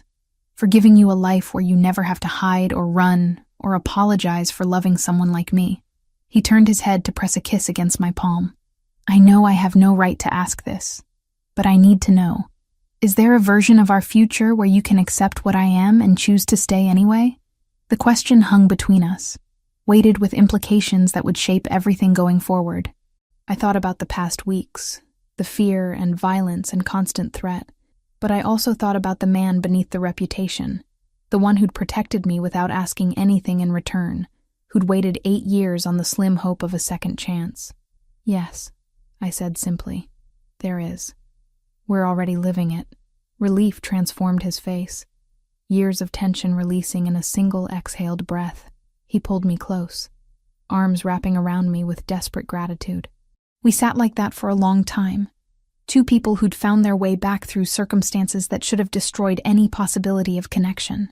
Outside, the city continued its endless motion, oblivious to the quiet revolution happening in a Brooklyn penthouse. Somewhere in that vast urban sprawl, Silvio Fioraldi still moved freely, unaware that his betrayal had been discovered and documented. And somewhere else, Yamaguchi's people were planning their next move, calculating odds in a game where we'd just changed all the rules. But in that moment, none of it mattered as much as the steady rhythm of Anthony's heartbeat beneath my ear and the certainty that whatever came next, we would face it together. The boy I'd loved at 17 had grown into a man I was choosing all over again, not despite his darkness, but with full understanding of what that choice meant. And for the first time since walking into Bellanotte and finding a ring in my drink, I felt something that might have been peace. The night after the ambush, sleep was impossible. Every time I closed my eyes, I saw shattered glass and muzzle flashes, felt Anthony's weight crushing the air from my lungs as bullets tore through metal around us. I lay in the darkness listening to him move restlessly in the adjacent room, both of us trapped in separate replays of violence neither could shake. Around 3 a.m, I gave up pretending and found him standing at the windows, silhouette sharp against city lights. His injured arm hung carefully at his side, white bandage visible beneath his rolled sleeve. Can't sleep either, I asked softly. He turned, exhaustion carved into every line of his face. Every time I close my eyes, I see you in that car with bullets coming through the glass. I see 100 ways you could have died because I was stupid enough to bring you into a war zone. I'm alive. We both are. I crossed to stand beside him, our reflections ghost-like in the dark glass. What happens now? Joseph interrogated the wounded attacker for 6 hours. He confirmed everything we suspected. Anthony's voice was hollow. Silvio orchestrated the ambush. He knew we were meeting the informant, knew the route we'd take. He has people inside my organization feeding him information. The betrayal ran deeper than I'd imagined. How is that possible? I thought you controlled everything. I control the major operations, the territory, the alliances, but the family has hundreds of soldiers, associates, people connected through decades of relationships I inherited when my father died. His hand clenched against the window frame. Silvio was my father's consigliere. People are loyal to him out of respect for what he represented. Now I have to prove he's a traitor without creating a civil war. The evidence you collected will only matter if I present it correctly. There's protocol, structure, ways these things are done. He finally looked at me directly. Tomorrow I'm calling a formal meeting of the family council. Every captain, every made man who matters. I'll lay out the evidence and let them judge. And if they don't believe you, then I'll have bigger problems than Yamaguchi. Morning arrived too quickly. Anthony left before dawn with Joseph and 3 other men whose names I didn't know. The penthouse felt cavernous in his absence, every shadow potentially threatening now that I understood how easily violence could erupt. I tried to work, opening my laptop to review gallery emails, but concentration was impossible. Around noon, Joseph returned alone. Boss wants you to know the meeting is underway. He'll call when it's finished. His expression gave nothing away. In the meantime, I'm supposed to keep you occupied and safe. How long will it take? Hours. These things don't rush. He moved to the kitchen, filling the espresso machine with practiced efficiency. You hungry? I make decent carbonara when I'm not busy shooting people. Despite everything, I almost smiled. You cook? My mother insisted all her sons learn. Said women weren't servants, and any man who couldn't feed himself deserved to starve. He measured pasta into boiling water. Boss is the same way. His grandmother taught him everything about food and family before she died. We ate in comfortable silence, Joseph's presence surprisingly calming, despite his profession. He told stories about Anthony as a younger man, reckless and idealistic, trying to change a system that had existed for generations. He wanted out once, Joseph admitted, finishing his wine. Right after his father brought him fully into the business. He had this plan to go to college, study law, become legitimate. But then the Castellano situation happened and everything changed. What situation? Family war. Territory dispute that got bloody fast. Anthony's father needed him. And he stepped up because that's who he is. Been stepping up ever since. Even when it costs him everything he wanted. Joseph's eyes found mine. Including you. He told me about the letter, about forcing you away 8 years ago. Nearly destroyed him writing those words. The revelation landed heavy. He never told me that part. He wouldn't. Boss doesn't do vulnerability well with most people. Joseph stood clearing plates. But with you, he's different. More human. Whatever you're doing, keep doing it. The family needs him human, not just the machine his father tried to make him. 4 hours passed before my encrypted phone finally rang. Anthony's voice came through rough with exhaustion. It's done. Silvio has been formally expelled from the family. The council voted unanimously after seeing the evidence. Relief flooded through me. That's good, right? It's progress. But expulsion isn't execution. Silvio is still alive, still connected to Yamaguchi, still dangerous. Papers rustled in the background. I'm coming home. We need to talk about next steps. He arrived an hour later, suit rumpled, tie loosened, looking like he'd aged a decade in a single day. But when his eyes found me, something in his expression eased. Tell me everything, I said, guiding him to the couch. The meeting had been brutal. Hours of presenting evidence, answering challenges, defending his investigation against men who'd known Silvio for decades. but the proof was undeniable. Medical records, bank statements, witness testimony from the Russian informant who'd appeared via video link. By the end, even Silvio's oldest allies had turned against him. What about Yamaguchi? That's more complicated. Losing Silvio weakens their position significantly, but they won't back down without negotiation. Anthony ran a hand through his hair, disheveling it further. Joseph is arranging a sit-down with their leadership. Neutral territory, mediators present. We'll propose terms for peace, and if they refuse, then we prepare for war. He said it matter-of-factly, as if discussing dinner plans rather than potential violence. But I don't think they will. They're pragmatic. They wanted leverage over me through Silvio and through you. Both those options are gone now. Continuing the conflict costs them more than they'll gain. I processed this, trying to understand the cold calculations that governed his world. When does this happen? 3 days. Gives both sides time to prepare positions, gather their people. His hand found mine, squeezing gently. You'll stay here with security doubled. I won't risk them trying something desperate before the meeting. I want to help. There has to be something I can do besides hide and wait. Anthony was quiet for a long moment, considering. Actually, there might be. You mentioned you have contacts in the art world, people who track expensive purchases and money movement through galleries. My boss knows everyone in that space. Why? Because Silvio has been laundering money through art purchases for years. If we can track those purchases, trace the sales back to specific buyers, we might find additional evidence linking him to Yamaguchi. He pulled up his phone, scrolling through documents. Joseph found gallery receipts in Silvio's financial records.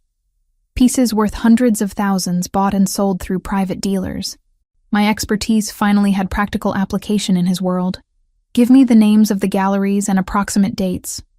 I can make calls, use professional connections to trace the transactions without raising suspicions. For the next 2 hours, we worked together at the dining table, Anthony providing information while I contacted gallery directors, curators, private dealers. My professional reputation opened doors that would have slammed shut for anyone obviously connected to organized crime. By evening, I'd traced 5 major purchases directly back to a shell corporation registered in Tokyo, with known ties to Yamaguchi. This is solid, Anthony said, reviewing my notes. Financial evidence they can't deny. Between what we already have and this, their position at the negotiation table just got significantly weaker. Pride swelled in my chest. Ridiculous under the circumstances, but undeniable. I helped. You did more than help. You gave us leverage that could prevent this from escalating into open warfare. He pulled me close, arms wrapping around me with careful pressure that avoided his injured shoulder. Thank you. That night, after dinner and wine and long silences filled with unspoken understanding, Anthony walked me to my bedroom door. We'd maintained separate spaces since the kiss in the kitchen. His determination to do things right holding firm despite obvious attraction pulling us together. But tonight felt different. The adrenaline crash after the ambush, the emotional weight of exposing Silvio's betrayal, the recognition that we'd become partners in ways that transcended romance. All of it created pressure that demanded release. Stay, I said softly, my hand on his chest, feeling his heartbeat accelerate. Not for anything except not being alone. I don't want to be alone tonight. His internal struggle was visible. Propriety warring with desire. Finally, he nodded. Just to stay. Nothing more. We lay together on top of the covers, fully clothed, his arms around me while my head rested on his uninjured shoulder. No kissing, no escalation, just 2 people who'd survived too much finding comfort in proximity. I love you, he whispered into the darkness. I need you to know that. Whatever happens with the negotiation, with Yamaguchi, with any of this, I love you exactly as you are. The words unlocked something in my chest that had been locked since he'd disappeared 8 years ago. I love you too. I think I never stopped, just buried it deep enough that I could function. His arms tightened fractionally. After the sit-down, when things settle, I want to do this properly. Court you the way I should have when we were 17. Dates and flowers and asking permission instead of assumptions. I'd like that. We fell asleep like that, wrapped together, fully clothed, vulnerability and trust replacing the passion we'd denied ourselves. Outside, the city moved through its rhythms, police sirens and car horns, and the distant thrum of humanity that never truly rested. And somewhere in that vast urban sprawl, forces were aligning for a meeting that would determine whether the violence ended or escalated beyond our control. But in that moment, safe in Anthony's arms with his heartbeat steady beneath my ear, I chose to believe we'd survive whatever came next. Because we'd already survived the impossible. Finding our way back to each other after 8 years of distance and damage, everything else was just details. The council meeting took place 3 days later in a private room at one of the family's legitimate businesses, an Italian restaurant in the Bronx that had been serving red sauce and keeping secrets for 40 years. Anthony left before dawn, dressed in the dark suit he reserved for formal family business, his face already set in the controlled mask I'd come to recognize as his public persona. "Stay with Joseph," he said at the door, pressing a kiss to my forehead. "Don't leave the building for any reason. We don't know how Silvio will react when he realizes what's happening." By noon, my nerves were frayed from waiting. I paced the penthouse, unable to focus on work or reading or anything that required sustained attention. Joseph made coffee I didn't drink and offered reassurances I couldn't believe. The call finally came at 3:15. Anthony's voice was tight with controlled emotion. "It's done. The council voted unanimously to expel Silvio from the family. He's been stripped of rank, protection, and all claims to territory or operations." What does that mean in practical terms? It means he's nobody. An outcast. Anyone who helps him becomes an outcast as well. Papers rustled in the background. The evidence was undeniable. When the council saw the video of him administering poison to my father, saw the bank transfers, heard the testimony, even his closest allies turned on him. Relief flooded through me so intensely my knees went weak. So it's over? The internal threat is neutralized. But Yamaguchi is another problem. His voice dropped lower. Losing Silvio weakens their position significantly. Joseph is arranging a sit-down for tomorrow evening. Neutral territory. Mediators from families we both respect present to ensure neither side tries anything stupid. What are the terms you're proposing? They withdraw completely from the contested port territory. In exchange, I don't retaliate for the ambush or for their involvement in my father's death. Clean slate, mutual respect, no future interference in each other's operations. Will they accept? They'd be smart to. But pride makes people irrational. He paused. "I'll be home in 2 hours. There are things we need to discuss before tomorrow." When he finally walked through the door, exhaustion and victory warred on his face. He moved directly to the bar, pouring himself 2 fingers of whiskey he downed in a single swallow before turning to face me. "How bad was it?" "Brutal." Silvio tried to defend himself, claimed the evidence was fabricated, that I was staging a coup using my father's death as justification. Anthony poured another measure but didn't drink it immediately. But the medical examiner's report was official, stamped and signed. The bank records came from government sources Joseph's contacts accessed legally. There was no denying what he'd done. How did the council react? Old Guard was devastated. These were men who'd worked beside Silvio for decades, trusted him with their lives and businesses. Younger members were furious, demanding immediate execution rather than just expulsion. He finally took a sip of the whiskey, rolling it over his tongue. I had to remind everyone that we're not savages. We have codes, procedures. Exile serves the same purpose without making us murderers.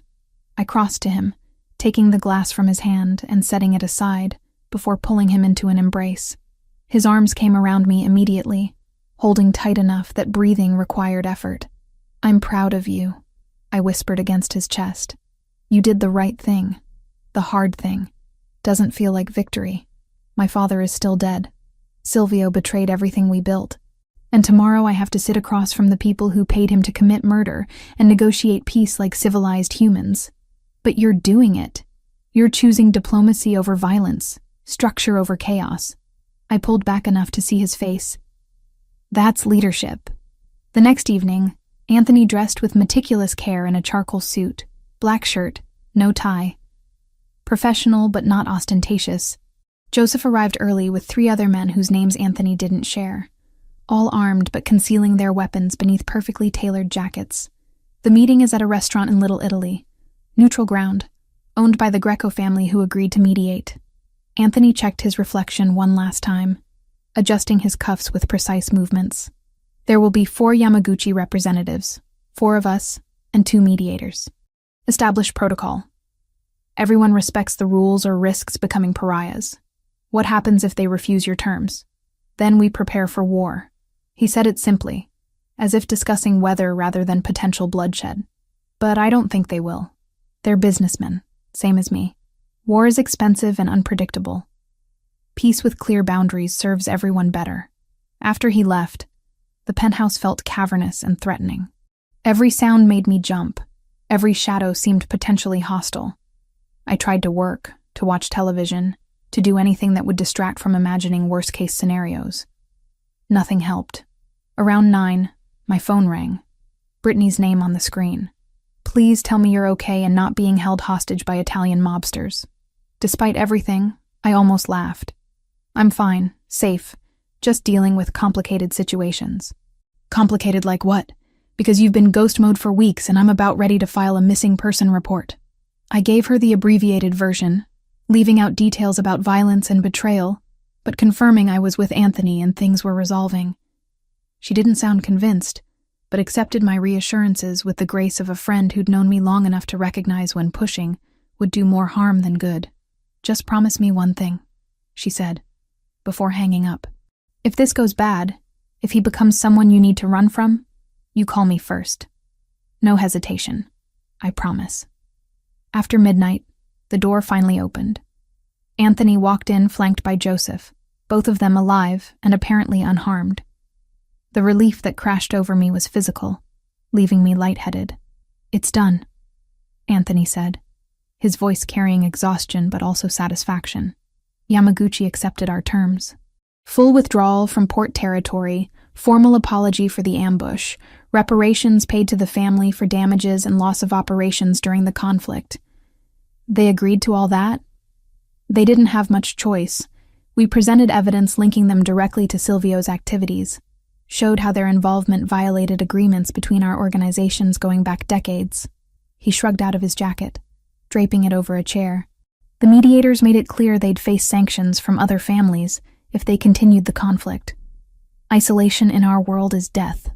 So it's really over? The active threats are neutralized. Silvio is expelled and powerless. Yamaguchi is withdrawing. You can go back to your life, your apartment, your normal routine. He moved closer, taking my hands in his. Which brings me to what I wanted to discuss. My heart rate accelerated for entirely different reasons. Okay, I know we've been living in crisis mode, making decisions based on immediate threats rather than what we actually want. His thumbs traced circles on my palms, but now things are settling. The danger has passed, which means you have a real choice to make. About us. About whether there's an us. Whether you want to try building something real with me, knowing what my world entails, or whether you'd prefer to walk away while you still can. I'd been expecting this conversation, dreading and anticipating it in equal measure. What do you want? I want you to move in here permanently. Not as protective custody, but as my partner. I want to court you properly, take you to dinners and shows, introduce you to the legitimate parts of my life. His eyes held mine with unwavering intensity. I want to wake up next to you every morning and fall asleep with you every night. I want to build the future we should have had 8 years ago. And the dangerous parts? The family business? I'll keep you separate from operations as much as possible. You'll never be involved in anything illegal or violent. But I won't lie and say risk doesn't exist. Being with me means accepting a certain level of permanent security, of always looking over your shoulder. He squeezed my hands gently. I need you to understand what you're agreeing to before you answer. I'd been thinking about this for days, weeks really, since the moment he'd sat down across from me at Billionaire. Every logical argument said I should walk away, return to my quiet gallery life, find someone uncomplicated and safe. But logic had never governed my feelings for Anthony Rossi. I love you, I said simply. I've loved you since we were 17. And I never really stopped. 8 years apart didn't kill it. And danger hasn't scared it away. So yes, I want to build a life with you. All of it. The complicated and the beautiful and everything in between. His relief was palpable. tension releasing from shoulders that had carried it for too long. "There's one more thing." He reached into his jacket pocket, withdrawing a small velvet box I recognized from Billionaire. Inside, the same vintage ring with its diamond-catching light. His grandmother's ring that had started everything. "This belongs to you, whether or not you're ready to wear it yet." He set the box in my palm, closing my fingers around it. "I'm not proposing tonight. I want to do that properly, when we've had time to build something stable. But I want you to have this, to know that my intentions are serious and permanent." I opened the box, studying the delicate filigree work and the diamond that had survived decades to reach this moment. "It's beautiful. She would have loved you. My grandmother had the same fire, the same refusal to accept less than honesty." He took the ring from the box, not to put it on my finger but to show me the inscription inside the band. "Amor vincit omnia." Love conquers all. Tears pricked my eyes as I touched the engraving. "Keep it safe for me. When you're ready to propose properly, this is the ring I want." He returned it to the box, pockets closing around the promise we'd just made. Then he pulled me close, kissing me with tenderness that spoke of patience and commitment rather than urgency. "I love you, Megan Foster. And I promise to spend the rest of my life proving that choosing me was the right decision. I love you too." And I already know it was. That night, we fell asleep together in his room, no longer separated by walls or uncertainty. The city continued its endless motion beyond the windows, sirens and horns and the distant sound of construction that never truly ceased. And somewhere in that vast urban sprawl, Silvio Fioraldi was learning what exile meant in a world built on loyalty and respect. But none of that mattered as much as the steady rhythm of Anthony's heartbeat beneath my ear, and the certainty that we'd survive the worst together. Everything else was just details we'd figure out as we went, building the future we'd been denied 8 years ago, one careful decision at a time. 3 months passed in what felt like moments and eternities simultaneously. The penthouse became home in ways my old apartment never had, not because of the luxury or the security, but because Anthony filled the space with his presence. We fell into rhythms that felt both new and ancient. Morning coffee while watching the sun rise over Manhattan. Dinners prepared together in the kitchen that had witnessed our first almost kiss. Nights spent talking until exhaustion claimed us both. I returned to the gallery full-time 2 weeks after the Yamaguchi negotiations concluded. My supervisor welcomed me back with questions I deflected using the same vague family emergency explanation that had gotten me through the crisis. Marcus noticed the expensive watch that had appeared on my wrist, a gift from Anthony. I'd protested accepting, until he'd explained it contained a tracking device that would alert his security team if I was ever in danger. Functionality disguised as luxury. The perfect metaphor for my new life. I called my mother the week after everything with Yamaguchi finally ended, stumbling through an apology for the distance I'd let grow between us. She didn't ask for details I couldn't safely give. She only said she was glad I was safe, and that we'd figure out the rest one phone call at a time. The contemporary exhibition I'd curated from remote captivity received acclaim in art journals and attracted collectors whose wealth rivaled Anthony's legitimate holdings. Mrs. Liang, the donor who'd withdrawn her offer during my absence, returned with an expanded proposal after seeing the installation's success. Professional vindication felt sweet, proof that I could maintain my identity despite the complications Anthony's world introduced. Brittany remained my closest friend and sharpest critic, visiting the penthouse weekly with wine and unsolicited opinions about my relationship choices. She'd accepted Anthony with grudging approval after he'd arranged for her marketing firm to handle publicity for one of his legitimate restaurant ventures, a gesture that demonstrated respect for people I valued. "He's growing on me," she admitted during one visit, watching Anthony expertly prepare dinner while Joseph provided running commentary from his position at the counter. "Still not sure about the whole crime family thing, but at least he treats you like an equal instead of a possession. That's high praise coming from you. Don't let it go to your head. I'm still watching for red flags." She took a sip of wine, eyeing Anthony with the assessment of someone who'd helped me recover from too many bad relationships. "But so far, green flags only, which is either genuinely good or he's playing a very long game." "It's genuinely good," I said with more certainty than I'd felt about anything in years. Anthony had kept his promise about courting me properly. Dinners at restaurants that required reservations months in advance, tickets to Broadway shows in private boxes, weekend trips to vineyards in upstate New York, where autumn painted the landscape in shades of fire. He introduced me to the legitimate side of his empire, the restaurants and construction companies and import businesses that operated within legal boundaries, people who knew him as a successful entrepreneur rather than a crime boss. But he never hid the other aspects either. Security remained constant but unobtrusive, Joseph and his rotating team maintaining their vigil without intruding on our privacy. Occasionally, Anthony would receive calls that required him to leave at odd hours, returning with tension in his shoulders that only eased after I'd held him and let him process whatever darkness he'd encountered. "I won't lie about what I do," he'd said early on, establishing the ground rules for our relationship, "but I'll keep you separate from operations. You'll never be complicit, never be at legal risk. That's my promise to you. And the moral risk? Knowing what you do but choosing to love you anyway? That's a choice only you can make. I won't judge you for walking away, but I will judge myself for asking you to stay." His honesty, brutal and complete, had cemented my decision more than any romantic gesture could have. One evening in late February, Anthony returned from a legitimate business meeting with an energy I recognized as anticipation poorly concealed. He changed out of his suit, opting for dark jeans and a sweater that made him look younger, more approachable. "I want to take you somewhere," he said, offering his hand. "No security detail, no plans. Just us." We walked through Brooklyn as twilight transformed the city, streetlights flickering on in sequence while the last daylight bled from the sky. Anthony led me to Coney Island, to the pier where he'd mentioned they used to meet as teenagers. The beach stretched empty in both directions, winter having claimed it from summer crowds. "I used to come here after particularly difficult days," he said, leaning against the railing while waves crashed below. "My father would demand things I wasn't ready to do, make decisions I couldn't understand.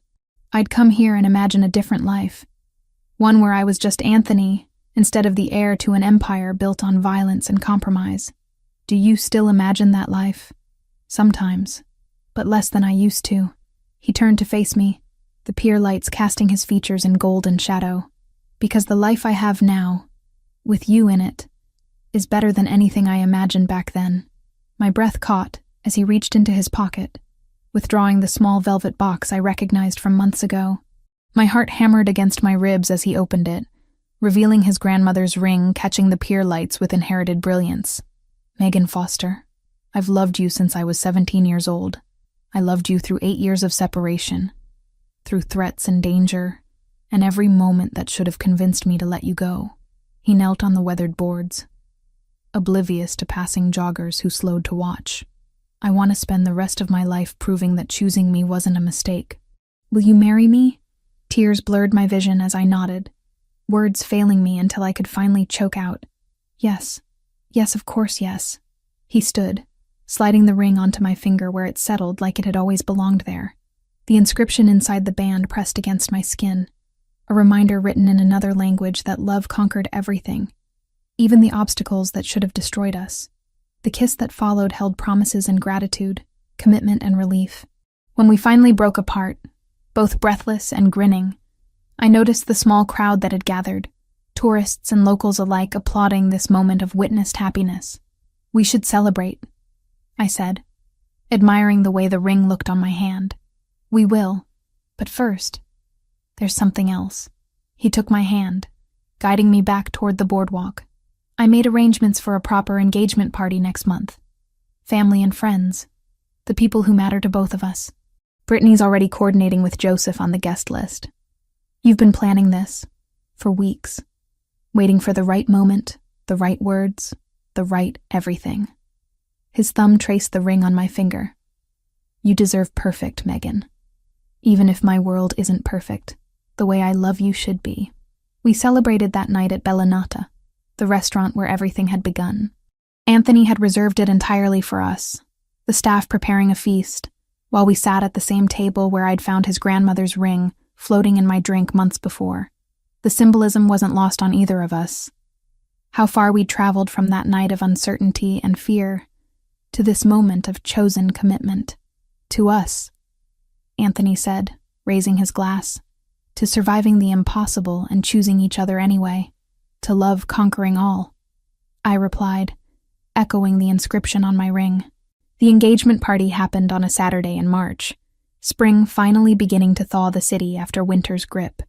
Anthony had rented space at one of his legitimate restaurants, a place elegant enough for his world, but approachable enough for mine. Brittany arrived early, helping me into the dress we'd chosen together. Ivory silk that managed to be both sophisticated and understated. "You're glowing," she said, adjusting my hair one final time. Like genuinely happy in a way I've never seen before. I am happy. Terrifyingly, completely happy. The party blended worlds seamlessly. Gallery colleagues mingled with members of Anthony's legitimate businesses, while family members I was still learning to identify by name shared stories about Anthony's childhood. Joseph gave a toast that managed to be both heartfelt and appropriately vague about the circumstances of our reunion. "To the boss and his lady," he said, raising his glass. "May they have decades of happiness ahead." The celebration continued past midnight. Wine and laughter and joy that felt earned after months of crisis and uncertainty. When the last guests departed and we were alone with the cleanup crew, Anthony pulled me onto the empty dance floor, swaying to music that existed only in our heads. "This is what I wanted," he murmured against my hair. "A life where we can have moments like this, where the darkness doesn't touch everything. We'll have that life. We're already building it." I pulled back to see his face, memorizing this moment of complete peace. Together. 3 days later, I stood in a boutique fitting room while a seamstress pinned the hem of my wedding dress. Ivory lace and silk that had been custom-made to my measurements. Simple but elegant. Traditional but with modern touches that reflected who I'd become. The ceremony was scheduled for early June. An intimate affair at a historic church in Brooklyn, followed by a reception at Billionaire. "You're thinking too hard," the seamstress said, studying my reflection. "Trust the dress. It knows what it's doing." But I wasn't thinking about the dress. I was thinking about how far I'd traveled since receiving that mysterious invitation. How the girl who'd walked into an expensive restaurant expecting danger had found love instead. How the boy I'd known at 17 had grown into a man who balanced darkness and light, with the skill of someone who'd learned those lessons through blood and sacrifice. The wedding planning consumed the following months, details coordinated between Brittany and Joseph with the precision of military strategists. Anthony remained involved but deferred to my preferences on everything from flowers to music, his only request being that we incorporate his grandmother's recipes into the reception menu. "Family traditions," he explained when I asked about his insistence on specific dishes. "I want her there in spirit, want you to understand the heritage you're joining." The rehearsal dinner happened on a Friday evening in early June, warm air carrying the scent of summer while the city hummed with energy. We gathered at a private room in one of Anthony's restaurants. Immediate family and closest friends sharing stories and laughter that built to the following day's celebration. Joseph stood to give another toast, this one more personal than his engagement party speech. "I've known the boss since we were kids running the streets together, getting into trouble that would have landed us in jail if we weren't careful. I've watched him build an empire, make impossible decisions, sacrifice everything for the people he's responsible for protecting. But I've never seen him happy until Megan walked back into his life, to happiness, to love, and to the family we choose." The wedding day dawned clear and perfect, summer arriving fully with warmth that felt like blessing. I woke early in the penthouse that would soon officially be ours rather than mine by circumstance, watching the city come alive beyond the windows. By afternoon, I stood in the church vestibule with Brittany making last-minute adjustments to my dress, while organ music filtered through the doors. "Last chance to run," she joked, though her eyes were wet with tears. "I have a car waiting just in case. I'm exactly where I want to be." The ceremony passed in a blur of candlelight and flowers, traditional words spoken in Italian and English, while everyone who mattered witnessed our commitment. When the priest pronounced us married, and Anthony kissed me with the confidence of someone who'd waited years for this exact moment, the applause that erupted felt like benediction. The reception at Bellinotta celebrated everything we'd survived and built together. Food prepared from recipes Anthony's grandmother had perfected. Wine from vineyards we'd visited together. Music that made people dance until their feet protested. Around midnight, we slipped away to a corner table, stealing a moment of privacy in the chaos of celebration. "Mrs. Rossi," Anthony said, testing how my new name sounded. "How does it feel? Perfect. Terrifying. Like jumping off a cliff and discovering I could fly." I leaned against him, exhausted and happier than I'd imagined possible. "Worth every risk.